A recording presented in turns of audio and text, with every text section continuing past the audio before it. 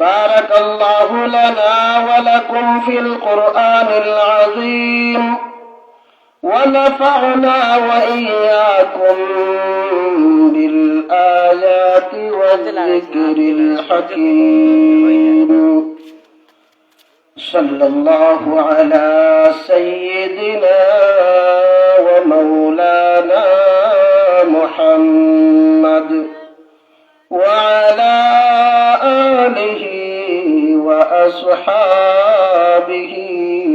وسلم صلى الله على سيدنا ومولانا محمد وعلى آله وأصحابه وسلم শাহ শাহাবুদ্দিন রহমতুল্লাহ আলাইহি হাফিজিয়া মাদ্রাসা কর্তৃক আয়োজিত আজকের বার্ষিক ইসলামী ওয়াজ মাহফিলের বর্তমান আমার পাশে বসা মাদ্রাসার সুনামধন্য নাজিমে তালিমাত ঐতিহ্যবাহী গ্রাম খাদিমান জামে মসজিদের সুনামধন্য ইমাম ও খতিব বড় ভাই হযরত মাওলানা মুস্তাফা কামাল সাহেব, মাদ্রাসার মুহতামিম সাহেব সহ মাদ্রাসার আসাতিজা ইকরাম, আমার মাইকের আওয়াজ যত দূর পর্যন্ত যাচ্ছে তৌহিদি জনতা ও মা বোনেরা, আমি সময় একেবারে কম, এই অল্প সময়ের ভিতরে যে আয়াত কারিমা তিলাওয়াত করেছি, যদি মহান রব্বুল আলামিন তৌফিক দান করেন এই আয়াত কারিমাকে সামনে রেখে সামান্য সময়ে সামান্য কিছু আলোচনা করার চেষ্টা করব। মা তৌফিকি ইল্লা বিল্লাহ। আমি যে আয়াত কারিমা তিলাওয়াত করেছি সেই আয়াত কারিমাটি হচ্ছে কুরআনুল কারীমের 15 নম্বর পারার সূরা বনী ইসরাঈলের প্রথম আয়াত, যে আয়াতের মধ্যে আল্লাহ রাব্বুল আলামিন জানিয়ে দিলেন সুবহানাল্লাযী আসরা বিআবদিহি লাইলাম মিনাল মাসজিদিল হারাম ইলাল মাসজিদিল আকসা। সুবহান শব্দের অর্থ হচ্ছে পবিত্র। পবিত্র সেই সত্তা আল্লাযী যিনি আসরা, আসরা বলা হয় রাত্রের কিছু অংশে ভ্রমণ করা, রাত্রে ভ্রমণ করার নাম আসরা। সুবহান শব্দ ব্যবহার করে এটাই বোঝানো হলো যে যে কোনো আমাদের শরীয়তের পরিবেশে একটা আছে যে কোনো আশ্চর্যজনক কোনো ঘটনা যদি সংবাদ আপনি আমি শুনি তখন সুবহানাল্লাহ বলতে হয়, আর যদি কোনো খুশির সংবাদ শুনি তাহলে আলহামদুলিল্লাহ বলে আল্লাহর প্রশংসা আদায় করতে হয়। কোনো বিপদের কোনো সংবাদ শুনলে ইন্না লিল্লাহ বলে আমরা কি করি? সম্বোধন করি। এই আশ্চর্যজনক ঘটনা যেটা স্বাভাবিক হওয়ার কথা নয়, অহরহ হয় না, এমন ঘটনাকে বলা হয় আশ্চর্যজনক ঘটনা। আল্লাহ রাব্বুল আলামিন আয়াতের শুরুতে সুবহান শব্দ ব্যবহার করে এটাই ইঙ্গিত করলেন যে আজকে একটা ঘটনা, এই যে সফর হবে মেরাজের সফর, এই সফরটা পুরোটাই আশ্চর্যজনক ঘটনা হবে। এজন্যই রব্বুল আলামিন সুবহান শব্দ ব্যবহার করেছেন। সুবহান শব্দের অর্থ হলো পাক পবিত্র। সুবহানাল্লাযী আসরা বিআবদিহি লাইলাম মিনাল মাসজিদিল হারাম। পবিত্র সেই সত্তা যে সত্তা তার বান্দাকে রাত্রির কিছু অংশে ভ্রমণ করিয়েছেন। মিনাল মসজিদিল হারাম ইলাল মসজিদিল আকসা, মসজিদে হারাম থেকে মসজিদে আকসা বাইতুল মুকাদ্দাস পর্যন্ত। এখন বুঝার কথা হলো মেরাজ এবং ইসরাহ কাকে বলে। ইসরা বলা হয় যেটা সরাসরি কুরআনুল কারীমের মধ্যে উল্লেখিত, মিনাল মসজিদিল হারামি ইলাল মসজিদিল আকসা, বাইতুল্লাহ শরীফ থেকে মসজিদে আকসা তথা বাইতুল মুকাদ্দাস পর্যন্ত যে সফর, এই সফরের নাম হলো ইসরা। এই সফরের হুকুম, ইসরার হুকুম হচ্ছে সরাসরি কুরআন থেকে এই ইসরা প্রমাণিত। সুতরাং তার হুকুম হচ্ছে কোন মানুষ যদি ইসরাকে অস্বীকার করে, সরাসরি সূরা বনী ইসরাঈলের এই আয়াত অস্বীকার করলো, আর যে ব্যক্তি কোরআনের একটি আয়াত মাত্র অস্বীকার করবে সে আর ইমানদার থাকতে পারে না। এজন্যই ইসরা নবী করিম সাল্লাল্লাহু আলাইহি ওয়াসাল্লামের বাইতুল মুকাদ্দাস পর্যন্ত যে সফর ছিল বাইতুল্লাহ থেকে নিয়ে, এটাকে ইসরা বলা হয়। এটা অস্বীকার করার কোনো সুযোগ নেই। নবী করিম সাল্লাল্লাহু আলাইহি ওয়াসাল্লাম স্বপ্ন যুগে রাসূল সাল্লাল্লাহু আলাইহি ওয়াসাল্লামের এই সফর হয়েছিল নাকি সশরীরে হয়েছিল, এই নিয়েও মতভেদ রয়েছে। সশরীরে আল্লাহর রাসূল সাল্লাল্লাহু আলাইহি ওয়াসাল্লাম মেরাজের মধ্যে গিয়েছেন, যার দলিল হিসাবে এই আয়াতের মধ্যে আল্লাহ রাব্বুল আলামিন বলেন বিআবদিহি। আব্দুল বলা হয় মানুষের বডি এবং আত্মার সমষ্টিকে। মানুষের বডি 3.5 হাত বডি এবং আত্মার সমষ্টিকে আদ বলা হয়। এই আব্দুল শব্দ ব্যবহার করে আল্লাহ সুবহানাহু ওয়া তাআলা এটাই বুঝাতে চান, আমার হাবিব মুহাম্মদুর রাসূলুল্লাহ সাল্লাল্লাহু আলাইহি ওয়াসাল্লাম যে আমার সাথে মুলাকাত করেছিলেন, সফর করেছিলেন, সেই সফরটা শারীরিক সফর ছিল, স্বপ্ন যুগে নয়। যদিও বর্ণনা রয়েছে, কোন কোন বর্ণনা মতে পাওয়া যায় নবীজির এটা স্বপ্ন যুগে মেরাজের সফর ছিল, কিন্তু এই আয়াতটাকে আমরা বুঝতে পারলাম যে স্বপ্ন যুগে ছিল না। যে বর্ণনা রয়েছে স্বপ্ন যুগে, এটা হয়তো অন্য কোনো এক সময়ে হতে পারে, কিন্তু এই আয়াত দ্বারা যে মেরাজের ঘটনা বলা হয়েছে এটা শারীরিক এবং নবী করিম সাল্লাল্লাহু আলাইহি সাল্লামের জাগ্রত অবস্থায় হয়েছে। আল্লাহ রাব্বুল আলামিন যেই সময় নবী করিম সাল্লাল্লাহু আলাইহি ওয়াসাল্লামে মক্কার মানুষদেরকে দ্বীনের দাওয়াত দিতেছেন এবং একতরফা জুলুম নির্যাতনের শিকার হচ্ছেন, নবী মুহাম্মদুর রাসূলুল্লাহ সাল্লাল্লাহু আলাইহি ওয়াসাল্লাম এবং সাহাবায়ে কেরামদের উপর কাফির মুশরিকদের একতরফা জুলুম নির্যাতনের চরম সীমার জুলুম নির্যাতন একতরফা ভাবে তারা চালিয়েছিল। নবী করিম সাল্লাল্লাহু আলাইহি ওয়াসাল্লাম এবং সাহাবায়ে কেরামরা একতরফা জুলুম নির্যাতন সহ্য করেই ঈমান কিন্তু ছাড়ে নাই। আল্লাহর নবী সাল্লাল্লাহু আলাইহি ওয়াসাল্লাম যেই সময় আল্লাহর নির্দেশে হিজরত করবেন, সেই হিজরতের 1 বছর বা 1.5 বছর আগে আল্লাহ রাব্বুল আলামিন নবী মুহাম্মদুর রাসূলুল্লাহ সাল্লাল্লাহু আলাইহি ওয়াসাল্লামকে ঊর্ধ্ব জগতে ভ্রমণ করাইয়াছেন, যাকে বলা হয় মেরাজ। ইসরা বাইতুল্লাহ থেকে বাইতুল মুকাদ্দাস পর্যন্ত সফরের নাম হলো ইসরা, আর বাইতুল মুকাদ্দাস থেকে 7 আসমান পাড়ি দিয়ে সিদরাতুল মুনতাহা অবতরণ করে সরাসরি আল্লাহর সাথে সাক্ষাতের নাম হচ্ছে মেরাজ। মেরাজ হচ্ছে উরুজ, তাকে উপর দিয়ে গমন করা, ঊর্ধ্ব জগতে গমন করা। নবী করিম সাল্লাল্লাহু আলাইহি ওয়াসাল্লাম, কোন কোন কিতাবের মধ্যে রয়েছে নবী করিম সাল্লাল্লাহু আলাইহি ওয়াসাল্লাম উম্মে হানির ঘরের মধ্যে অবস্থানে ছিলেন, রেস্টের মধ্যে ছিলেন। এমত অবস্থায় হযরত জিবরিল আলাইহিস সালাতু ওয়াস সালাম এসে নবী করিম সাল্লাল্লাহু আলাইহি ওয়াসাল্লামের সামনে হাজির হইলেন। কিভাবে হাজির হইলেন? কিতাবের মধ্যে বর্ণনা রয়েছে, হাদিসের বাণীর মধ্যে রয়েছে, নবী করিম সাল্লাল্লাহু আলাইহি ওয়াসাল্লাম আরামের মধ্যে ঘরের মধ্যে আছেন, এমন অবস্থায় জিবরিল নবীজির যে ঘরে অবস্থানে ছিলেন সেই ঘরের ছাদ ফাঁকা করে ছাদ দিয়ে সরাসরি এই ফাঁকা দিয়ে ঢুকে গেলেন। বলেন সুবহানাল্লাহ। নবী করিম সাল্লাল্লাহু আলাইহি ওয়াসাল্লামের বুঝতে দেরি হলো না। অতীতে তো আমার একবার জিবরিল আমার কাছে এসেছে, কিন্তু এমন ভাবে তো আসে নাই। এইবার জিবরিল নবী করিম সাল্লাল্লাহু আলাইহি ওয়াসাল্লামের সামনে এসে উপস্থিত হচ্ছে।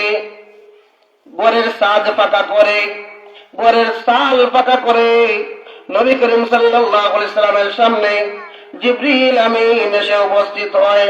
হওয়ার পরে বলে, এখন নবীজি আমার সাথে চলুন। কোন কোন বর্ণনায় রয়েছে হযরত জিবরিল আমিনের সাথে হযরত মিকাইল ছিলেন। দুজন সাহাবী এসেছেন। নবী করিম সাল্লাল্লাহু আলাইহি ওয়াসাল্লামকে এই ঘর থেকে নিয়ে ওনারা বাইতুল্লাহর মধ্যে যান, হাতিমে কাবার মধ্যে যান, বাইতুল্লাহর আঙ্গিনার মধ্যে যান। সেখানে যাওয়ার পরে হযরত জিবরিল আল্লাহর নবী সাল্লাল্লাহু আলাইহি ওয়াসাল্লামকে শুইয়া দিলেন এবং বক্ষ বিদীর্ণ করলেন। সেই বক্ষ বিদীর্ণ করে জমজমের পানি দ্বারা নবী করিম সাল্লাল্লাহু আলাইহি ওয়াসাল্লামের সেই বক্ষ বিদারণ করার পরে নবী করিম সাল্লাল্লাহু আলাইহি ওয়াসাল্লামকে জমজমের পানি দিয়ে নবীজির নবীজির সিনা মুবারককে ধুয়ে আবার স্থাপন করলেন। হাদিসের বাণীর মধ্যে পাওয়া যায়, এই সময় হযরতে জিবরিল আমিন নবী করিম সাল্লাল্লাহু আলাইহি ওয়াসাল্লামের এই সেই বক্ষ বিদারণের সময় হিকমত এবং ইলমের ভান্ডার ঢেলে দিয়েছিলেন। তারপরে কুদরতি অপারেশন করার পরে হযরতে জিবরিল আমিন নবী করিম সাল্লাল্লাহু আলাইহি ওয়াসাল্লামকে সফরের জন্য বললেন। তখন সফর করার জন্য বুরাক আনা হলো। যে বুরাকের পরিচয় হাদিসের ভাষায় রয়েছে হুয়া দাব্বাতুন আবিয়াদ। এটা এমন একটি প্রাণী ছিল যেটা সাদা প্রাণী ছিল। সেই প্রাণীটির আকার ছিল গাধার চেয়ে একটু ছোট এবং খচ্চরের চাইতে একটু বড়। এই বুরাকের স্পেশাল পাওয়ার ছিল যত দূর পর্যন্ত তার দৃষ্টির সীমা গিয়ে পৌঁছিত, যত দূর পর্যন্ত এই বুরাক নামক বাহনটির দৃষ্টি শক্তি গিয়ে পৌঁছিত, তত দূর পর্যন্ত এক একটি কদম সে পালাইত জমিনে। নবী করিম সাল্লাল্লাহু আলাইহি ওয়াসাল্লাম ওই বুরাকে আরোহণ করে বায়তুল্লাহ থেকে বায়তুল মুকদ্দাসে গিয়ে সফর করলেন। বায়তুল মুকদ্দাসের মধ্যে গিয়ে যাওয়ার পরে হযরত জিবরিল আমিন সেখানে আযান দিলেন। বর্ণনা কিতাবের মধ্যে রয়েছে জিবরিল আমিন সেখানে গিয়ে আযান দিলেন। আল্লাহ রাব্বুল আলামিন আদম আলাইহিস সালাম থেকে নিয়ে ঈসা আলাইহিস সালাম পর্যন্ত সকল নবী রাসূলদেরকে বায়তুল মুকদ্দাসে একত্রিত করেছিলেন। সমস্ত নবী রাসূলগণ 2,24,000 বা 1,24,000 পয়গম্বরগণের উপস্থিতিতে আল্লাহ রাসূল সাল্লাল্লাহু আলাইহি ওয়াসাল্লাম বায়তুল মুকদ্দাসে ছিলেন। হযরত জিবরিল আমিন নবী মুহাম্মদুর রাসূলুল্লাহ সাল্লাল্লাহু আলাইহি ওয়াসাল্লামকে ইমামতি করার জন্য সামনে বাড়িয়ে দিলেন। আপনার আমার নবী মুহাম্মদুর রাসূলুল্লাহ সাল্লাল্লাহু আলাইহি ওয়াসাল্লাম সকল আম্বিয়া একরামদের ইমামতি করে 2 রাকাত নামাজ আদায় করলেন। এই 2 রাকাত নামাজটি কিসের নামাজ ছিল তা নিয়েও মতভেদ রয়েছে ইতিহাস বর্ণনার মধ্যে। তাফসীরে মারিফুল কোরআনের মধ্যে এটাও লেখা হয়েছে যে হয়তো সেই রাত্রের ফজরের নামাজ হতে পারে। তবে বিশুদ্ধ কৌল হচ্ছে এটা কোন ওয়াক্তি নামাজ নয়, বরং এটা নফল নামাজ ছিল। যাই হোক, এরপরে যখন বায়তুল মুকদ্দাসের যাওয়ার পরে নামাজ আদায় করার পরে হযরত জিবরিল আমিন রাসূলুল্লাহ সাল্লাল্লাহু আলাইহি ওয়াসাল্লামকে নিয়ে ঊর্ধ্ব জগতে ভ্রমণ করাইলেন।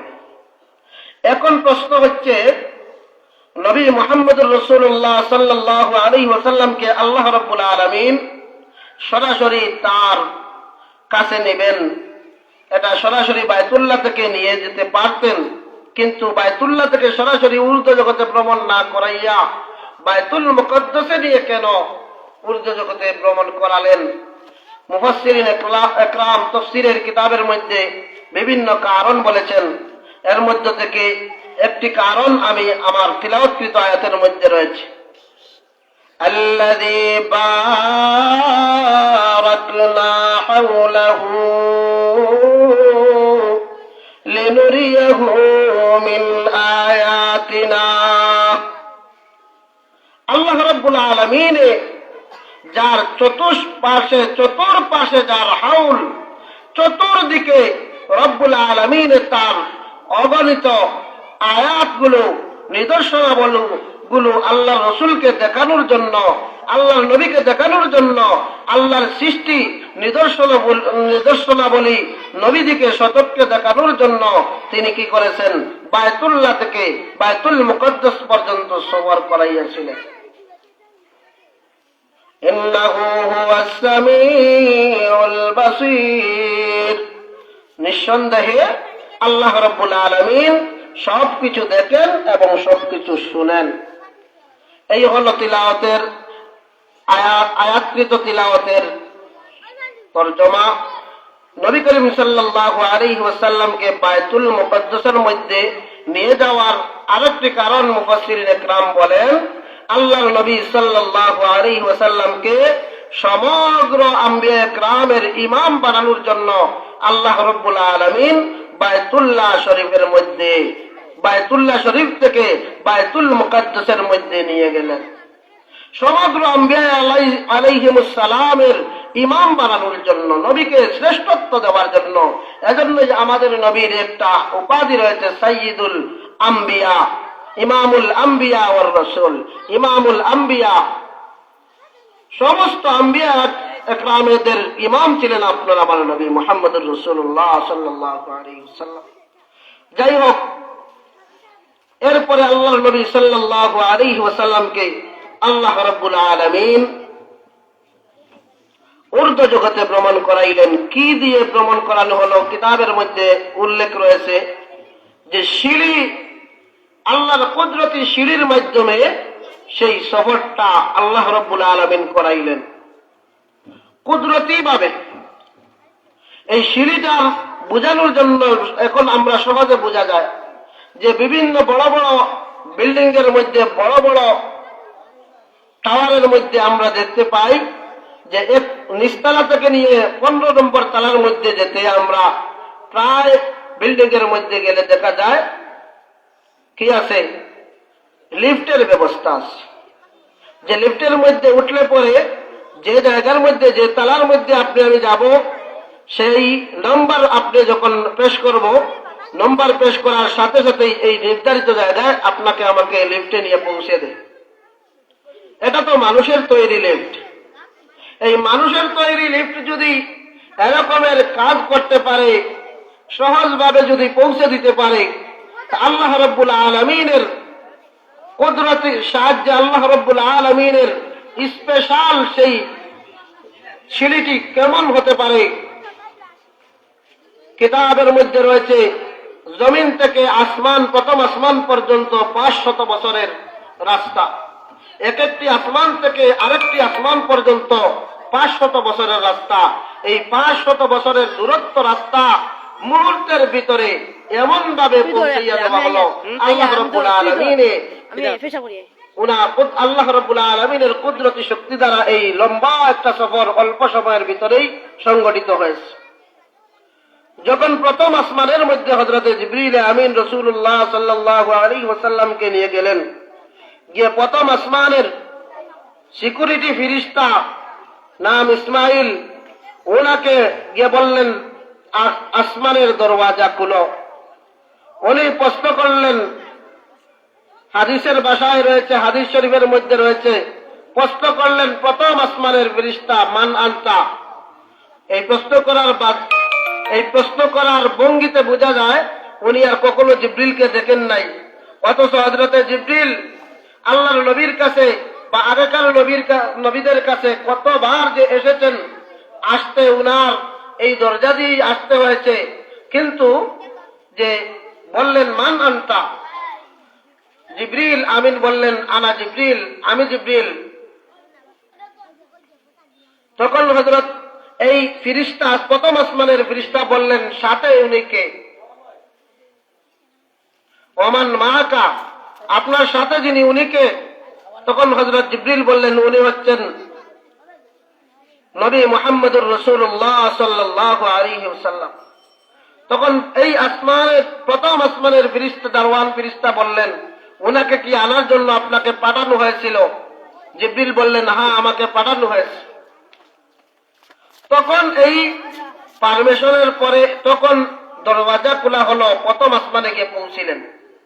এখন এখান থেকে একটা শিক্ষণীয় বিষয় হচ্ছে আমাদের জন্য, হযরতে জিবরিল উনি এমন একজন ফিরিস্তা যে সমগ্র মালাইকার মধ্যে শ্রেষ্ঠ নেতা যিনি, উনি হলেন হযরতে জিবরিল আমিন। ওই শ্রেষ্ঠ যিনি, উনি একজন আদনা স্বাভাবিক পর্যায়ের একজন ফেরেশতার যখন সামনে পড়লেন, উনি প্রশ্নের সম্মুখীন করে ফেললেন। আবার আপনার আমার নবী মুহাম্মদুর রাসূলুল্লাহ সাল্লাল্লাহু আলাইহি ওয়াসাল্লামের মর্যাদা সমস্ত ফেরেশতাদের চাইতে বেশি। এই নবী করিম সাল্লাল্লাহু আলাইহি ওয়াসাল্লাম আমাদের এই সফরের মধ্যে আছেন, তারপরেও ফেরেশতা বলছেন উনাকে আনার জন্য কি পাঠানো হয়েছিল, কোনো পারমিশন আছে কিনা। এটা থেকে আমাদের শিক্ষণীয় হচ্ছে, যত বড় আপনি আমি যত বড় হই না কেন, যদি কারো বাড়ির মধ্যে আপনি আমি যাই, আদব হচ্ছে, শিক্ষা হচ্ছে, আমরা এই ঘটনা থেকে শিক্ষা হলো আমরা যার বাড়িতে যাব তার অনুমতি নিয়ে আপনি আমি কি করতে হবে, প্রবেশ করতে হবে। নবী মুহাম্মদুর রাসূলুল্লাহ সাল্লাল্লাহু আলাইহি ওয়াসাল্লাম প্রথম আসমানে যখন গেলেন, যাওয়ার পরে হযরত আদম আলাইহিস সালামের সাথে সাক্ষাৎ হইল। হযরত আদম আলাইহিস সালামের সাথে সাক্ষাৎ হলো, জিবরিল আমিনকে জিজ্ঞাসা করলেন উনি কে। জিবরিল পরিচয় দিলেন উনি তো হচ্ছেন আদম আলাইহিস সালাম। আদম আলাইহিস সালামের সাথে সাক্ষাৎ হলো, সালাম কালাম হচ্ছে, কথা আদান প্রদান হচ্ছে। যাওয়ার আদম আলাইহিস সালাম নবীকে মারহাবা বলে, নবীকে মারহাবা বলে নবীকে অভিবাদন করেছেন। নবী করিম সাল্লাল্লাহু আলাইহি ওয়াসাল্লামের জন্য খৈরিয়তের বা মঙ্গলের দোয়া করেছেন। এই সময় হযরত আদম আলাইহিস সালামের ডান পাশে এবং বাম পাশে কিছু মানুষদেরকে নবী করিম সাল্লাল্লাহু আলাইহি ওয়াসাল্লামকে দেখতে পেলেন। নবী করিম সাল্লাল্লাহু আলাইহি ওয়াসাল্লাম দেখতে পেয়ে জিবরিলকে জিজ্ঞাসা করলেন, ওগো জিবরিল, আদম আলাইহিস সালামের ডান পাশে যে লোকগুলো রয়েছে, ওই লোকগুলোকে যখন আদম আলাইহিস সালাম ওই লোকগুলোর দিকে যখন তাকান, তখন উনি মুচকি হাসি দেন। আবার যখন আদম আলাইহিস সালামের বাম পাশের লোকদের দিকে তাকান, তখন নবী আদম ক্রন্দন করেন, কেঁদে ফেলেন। এর কারণটা কি? এর কারণের উত্তর বলা হলো, ডান পাশে যারা আছে ওরা হবে জান্নাতি, এবং বাম পাশে যে সমস্ত লোকেরা রয়েছে আদম আলাইহিস সালামের, ওরা জাহান্নামী। ওই জাহান্নামীদেরকে দেখে আদম আলাইহিস সালাম দুঃখে উনার চোখ দিয়ে পানি পড়তেছে আর কান্দন করতেছেন। তারপরে হযরত জিবরিল আমিন নবী করিম সাল্লাল্লাহু আলাইহি ওয়াসাল্লামকে নিয়ে দ্বিতীয় আসমানের মধ্যে গেলেন। দ্বিতীয় আসমানে যাওয়ার পরে প্রথম আসমানের ফেরেশতা যে যতটুকু প্রশ্ন করেছিল, অনুরূপ প্রশ্নগুলো দ্বিতীয় আসমানের ফেরেশতা জিবরিলকে করেছে। জিবরিল আমিন প্রথম আসমানের ফেরেশতাকে যেভাবে উত্তর দিয়েছিলেন, দ্বিতীয় আসমানের ফেরেশতাকেও ঠিক তদ্রূপ উত্তর দিয়েছেন। তারপরে দরওয়াজা খোলা হলো। 2 নম্বর আসমানের মধ্যে যাওয়ার পরে নবী করিম সাল্লাল্লাহু আলাইহি ওয়াসাল্লামের সাক্ষাৎ হয় হযরতে ইয়াহইয়া আলাইহিস সালাম ও হযরতে ঈসা আলাইহিস সালামের সাথে। নবী করিম সাল্লাল্লাহু আলাইহি ওয়াসাল্লামকে ওনারা মুবারকবাদ জানান, আহলান সাহলান মারহাবান বলেন। এরপরে খৈরিয়তের দোয়া করেন। দ্বিতীয় আসমান অতিক্রম করার পরে তৃতীয় আসমানে যখন যাওয়া হইল তখন জিবরিল আমিন অনুরূপ প্রশ্নের উত্তরে বললেন, আল্লাহ নবীকে আনার জন্য আমাকে পাঠানো হয়েছে। 3 নম্বর আসমানের দরওয়াজা খোলা যখন হইল, তৃতীয় আসমানের মধ্যে গিয়ে পৌঁছিলেন। সেখানে গিয়ে নবী ইউসুফ আলাইহিস সালামকে পেলেন। ইউসুফ আলাইহিস সালামের সাথে সালাম মুতাবাবিল হইল। ইউসুফ আলাইহিস সালাম আপনার আমার নবীকে মারহাবা বলে বরণ করে নিলেন এবং খৈরিয়তের দোয়া করলেন। চতুর্থ আসমানের পরে সফর করলেন। চতুর্থ আসমানে পৌঁছার পরে হযরতে ইদ্রিস আলাইহিস সালামের সাথে আপনার আমার নবীর সাক্ষাৎ হয়। ইদ্রিস আলাইহিস সালামের সাথে সাক্ষাৎ হয়। ইদ্রিস আলাইহিস সালাম সালাম মুসাফা বিনিময় করার পরে নবী করিম সাল্লাল্লাহু আলাইহি ওয়াসাল্লামের জন্য খৈরিয়তের দোয়া করলেন, মঙ্গলের দোয়া করলেন। এরপরে চতুর্থ আসমান অতিক্রম করার পরে পঞ্চম আসমানে যখন যান, যাওয়ার পরে ওই পারমিশন নিয়ে পঞ্চম আসমানে যখন গিয়ে অবতরণ করেন তখন সাক্ষাৎ হয় হযরতে হারুন আলাইহিস সালামের সাথে। হারুন আলাইহিস সালামের সাথে যখন সাক্ষাৎ হওয়ার পরে সালামকে মুসাফা বিনিময় হওয়ার পরে হযরত হারুন নবী করিম সাল্লাল্লাহু আলাইহি ওয়াসাল্লামকে খৈরিয়তের দোয়া করলেন। তারপরে জিবরিল আমিন নবী মুহাম্মদুর রাসূলুল্লাহ সাল্লাল্লাহু আলাইহি ওয়াসাল্লামকে নিয়ে গেলেন 6 নম্বর আসমানে। 6 নম্বর আসমানের মধ্যে যাওয়ার পরে সেই আসমানের তারকা ফেরেশতা আর অনুমতি ক্রমে 6 নম্বর আকাশে পৌঁছার পরে সাক্ষাৎ হয় হযরত মূসা আলাইহিস সালামের সাথে। মূসা আলাইহিস সালামের সাথে সাক্ষাৎ হইল। মূসা আলাইহিস সালামের সাথে সালাম মুতাবা বিনিময় হইল। আহলান মারহাবান মূসা আলাইহিস সালাম বলে বরণ করলেন। তারপরে নবী মুহাম্মদুর রাসূলুল্লাহ সাল্লাল্লাহু আলাইহি ওয়াসাল্লামের জন্য মূসা নবী খৈরিয়তের দোয়া করলেন। তারপরে সপ্তম আসমানে সফর করলেন। সপ্তম আসমানে পৌঁছার পরে সপ্তম আসমানের দারোগা ফেরেশতার অনুমতি ক্রমে সপ্তম আসমানে নবী মুহাম্মদুর রাসূলুল্লাহ সাল্লাল্লাহু আলাইহি ওয়াসাল্লাম গিয়ে পৌঁছিলেন। গিয়ে দেখলেন হযরতে ইব্রাহিম আলাইহিস সালামকে। ইব্রাহিম আলাইহিস সালামের সাথে সাক্ষাৎ সালাম মুসাফা বিনিময় হইল। হওয়ার পরে ইব্রাহিম আলাইহিস সালাম নবী মুহাম্মদুর রাসূলুল্লাহ সাল্লাল্লাহু আলাইহি ওয়াসাল্লামকে স্বাগতম জানাইয়া খৈরিয়তের দোয়া করলেন এবং উম্মতকে সুসংবাদ দিলেন। নবী ইব্রাহিম আলাইহিস সালাম আপনার আমার নবীকে জানিয়ে দিলেন, ও আমার পুত্র, তুমি তোমার উম্মতদেরকে গিয়ে সংবাদ দিবে জান্নাতের মাটিগুলো হবে সুগন্ধিময়, জান্নাতের মাটি হবে সুগন্ধিযুক্ত, জান্নাতের পানি হবে সুমিষ্ট, আর জান্নাতটা হবে একবার বিরাম, একেবারে শূন্য, একেবারে সবকিছু খালি। ওই জায়গার মধ্যে তোমার উম্মতে যেন বেশি বেশি করে গাছের চারা রোপণ করে তাসবিহ শিখাইয়া দিলেন হযরত ইব্রাহিম আলাইহিস সালাম। কি তাসবিহ জানিয়ে দিলেন, তোমার উম্মতকে গিয়ে বলবা, তোমার উম্মতের যে ব্যক্তি একবার সুবহানাল্লাহ বলবে জান্নাতের মধ্যে একটি গাছ লাগানো হবে। তোমার উম্মত যখন একবার আলহামদুলিল্লাহ বলবে জান্নাতের মধ্যে একটি গাছ লাগানো হবে। তোমার উম্মত যখন একবার লা ইলাহা ইল্লাল্লাহ বলবে জান্নাতের মধ্যে একটি গাছ লাগানো হবে। তোমার উম্মত যখন জান্নাতে একবার আল্লাহু আকবার বলবে জান্নাতের মধ্যে একটি গাছ লাগানো হবে। এটা শিক্ষা দিলেন সেই সময় হযরত ইব্রাহিম আলাইহিস সালাম। এজন্যই আমরা বেশি বেশি করে লা ইলাহা সুবহানাল্লাহ আলহামদুলিল্লাহ লা ইলাহা ইল্লাল্লাহ আল্লাহু আকবার এই তাসবিহটা আমরা যত বেশি বেশি পড়ব আমার বরাদ্দ জান্নাত, এই জান্নাতের মধ্যে গাছের বাগান তৈরি হবে। যত বেশি বেশি পড়তে পারবো আপনার আমার জান্নাত গাছে পরিপূর্ণ হবে।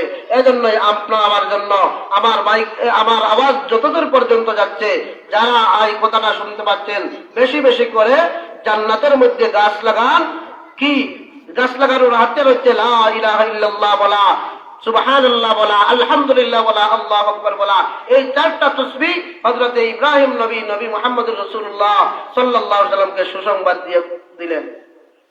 তারপরে বাইতুল মামুরের মধ্যে হযরত দেখলেন হযরত ইব্রাহিম আলাইহিস সালাম বাইতুল মামুরের মধ্যে টেক লাগানো অবস্থায় যে সমস্ত নাবালিগ বাচ্চারা মারা যায়, ওই সমস্ত নাবালিগ বাচ্চাদেরকে লেখাপড়া শিখাইতেছেন। যাই হোক, হযরত ইব্রাহিম আলাইহিস সালামের কাছ থেকে যখন আপনার বিদায় নেওয়ার পরে সিদরাতুল মুনতাহার মধ্যে গিয়ে পৌঁছিলেন, সিদরাতুল মুনতাহার মধ্যে পৌঁছার পরে হযরত নবী মুহাম্মদুর রাসূলুল্লাহ সাল্লাল্লাহু আলাইহি ওয়াসাল্লাম জান্নাত জাহান্নাম এইগুলো পরিদর্শন করার পরে স্বয়ং আল্লাহ রাব্বুল আলামিনের সাক্ষাৎ লাভে ধন্য হয়েছেন। আল্লাহর নবী সাল্লাল্লাহু আলাইহি ওয়াসাল্লাম আল্লাহর সাথে সাক্ষাৎ করার পরে সেই সময়ে নবী মুহাম্মদুর রাসূলুল্লাহ সাল্লাল্লাহু আলাইহি ওয়াসাল্লামকে আল্লাহ রাব্বুল আলামিন উম্মতের জন্য 50 ওয়াক্তের নামাজ দিয়েছিলেন। সেই 50 ওয়াক্তের নামাজ দিয়ে আল্লাহর রাসূল সাল্লাল্লাহু আলাইহি ওয়াসাল্লাম ফিরে আসছেন। এসে 6 নম্বর আসমানে হযরত মূসা আলাইহিস সালামের সাথে সাক্ষাৎ হচ্ছে। সাক্ষাৎ হওয়ার পরে মূসা আলাইহিস সালাম জিজ্ঞাসা করলেন, আল্লাহ রাব্বুল আলামিন তোমার উম্মতকে কি হাদিয়া দিলেন? বলে 50 ওয়াক্তের নামাজ হাদিয়া দিয়েছেন। হযরত মূসা আলাইহিস সালাম বললেন, এই 50 ওয়াক্তের নামাজ তোমার উম্মতেরা পড়তে পারবে না, কেননা আমি আমার বনী ইসরাঈলদেরকে আমি পরীক্ষা করে দেখেছি, ওরা এত নিয়ামতগুলো মান্না সালওয়ার মতো নিয়ামতগুলো পেয়েও ওরা আল্লাহর নাফরমানি করেছে, আল্লাহর ইবাদত বন্দেগী করে নাই। তোমার উম্মত এই 50 ওয়াক্তের নামাজ আদায় করতে পারবে না। তারপরে মূসা আলাইহিস সালামের পরামর্শে নবী মুহাম্মদুর রাসূলুল্লাহ সাল্লাল্লাহু আলাইহি ওয়াসাল্লাম আল্লাহর কাছে গেলেন এই নামাজের বিধানটুকু কমানোর জন্য। এমন ভাবে বর্ণনা রয়েছে 9 বার আল্লাহ রাসূল সাল্লাল্লাহু আলাইহি ওয়াসাল্লাম গিয়েছেন। আর আপনার 45 ওয়াক্তের নামাজ আল্লাহ রাব্বুল আলামিন স্থগিত করেছেন, 5 ওয়াক্তের নামাজ বাকি রয়েছে। সেই সময় আল্লাহ রাব্বুল আলামিন ঘোষণা করেছিলেন, ও হাবিব মুহাম্মদুর রাসূলুল্লাহ, মন ক্ষুণ্ণ করার কারণ নেই, তোমার উম্মতকে জানিয়ে দিবে যারা গুরুত্ব ইহতিমামের সহিত এই 5 ওয়াক্তের নামাজ ঠিক মতো আদায় করবে, আমি আল্লাহ রাব্বুল আলামিন তাদের আমলনামায় 50 ওয়াক্ত নামাজ আদায় করার সমপরিমাণ সওয়াব দান করব। মান জাআ বিল হাসানাতি ফালাহু আশরু আমসালিহা, একটার বিনিময়ে 10টা, একটা নেকের বিনিময়ে 10টা, এক ওয়াক্ত নামাজের বিনিময়ে 10 ওয়াক্তের নামাজ আদায় করার সমপরিমাণ সওয়াব আপনার আমার জন্য রয়েছে। এজন্যই প্রিয় মুসলমানেরা, মুসলমান মা বোনেরা, মুসলমান পুরুষেরা, আমাদের সামনে নবীজির মেরাজ থেকে শিক্ষণীয়, নবীজির মেরাজ থেকে উপহার আনা 5 ওয়াক্তের নামাজ দৈনিক রয়েছে। আমরা এই 5 ওয়াক্তের নামাজকে গুরুত্ব ইহতিমামের সহিত আদায় করব, আল্লাহর হুকুম নবীর তরিকায় জীবনযাপন করব। আল্লাহ রাব্বুল আলামিন আমাদের সবাইকে, আজকের আলোচনার সারাংশ হচ্ছে 5 ওয়াক্তের নামাজ নবীজি এই সফর থেকে আমাদের জন্য আনলেন। আমরা অনেকেই মনে করি, বিভিন্ন জায়গার মধ্যে আমরা শুনতে পাই 27 রজবের 27 তারিখ দিনগত রাত আসা, 26 তারিখ দিন যাওয়ার পরে যে রাত্রি আসে, ওই রাত্রির মধ্যে নবীজির এই মেরাজের রজনী বলিয়া আপনার কি অনেক আমল করা হয়। অনেক মসজিদের মধ্যে বিভিন্ন ধরনের ওয়াজ নসিহতের আপনার প্রচলন আছে। দিনের বেলায় অনেকে রোজা রাখে। রোজা রাখার ব্যাপারে হযরত উমর রাদিয়াল্লাহু আনহু এত শক্ত ছিলেন, যে ব্যক্তি মেরাজ সম্পর্কে রোজা রাখতো, হযরত উমর রাদিয়াল্লাহু আনহু উনাকে পিটাইয়া, রোজা যত সময় না ছাড়তে তত সময় পিটাইয়া প্রশাসনিক ভাবে উনি রোজা থেকে মানুষদেরকে বিরত রাখাইতেন। আল্লাহ রাব্বুল আলামিন আমাদেরকে সর্বপ্রকারের বেদাতি রুসুমাতি আমল করা থেকে আমাদেরকে হেফাজত করুন। আল্লাহর হুকুম নবীর তরিকায় যা বর্ণিত রয়েছে এইগুলোর উপর আল্লাহ রাব্বুল আলামিন আপনাকে আমাকে প্রত্যেককে আমল করার তৌফিক দান করুন। ওয়া আখিরু দাওয়ানা আলহামদুলিল্লাহি রাব্বিল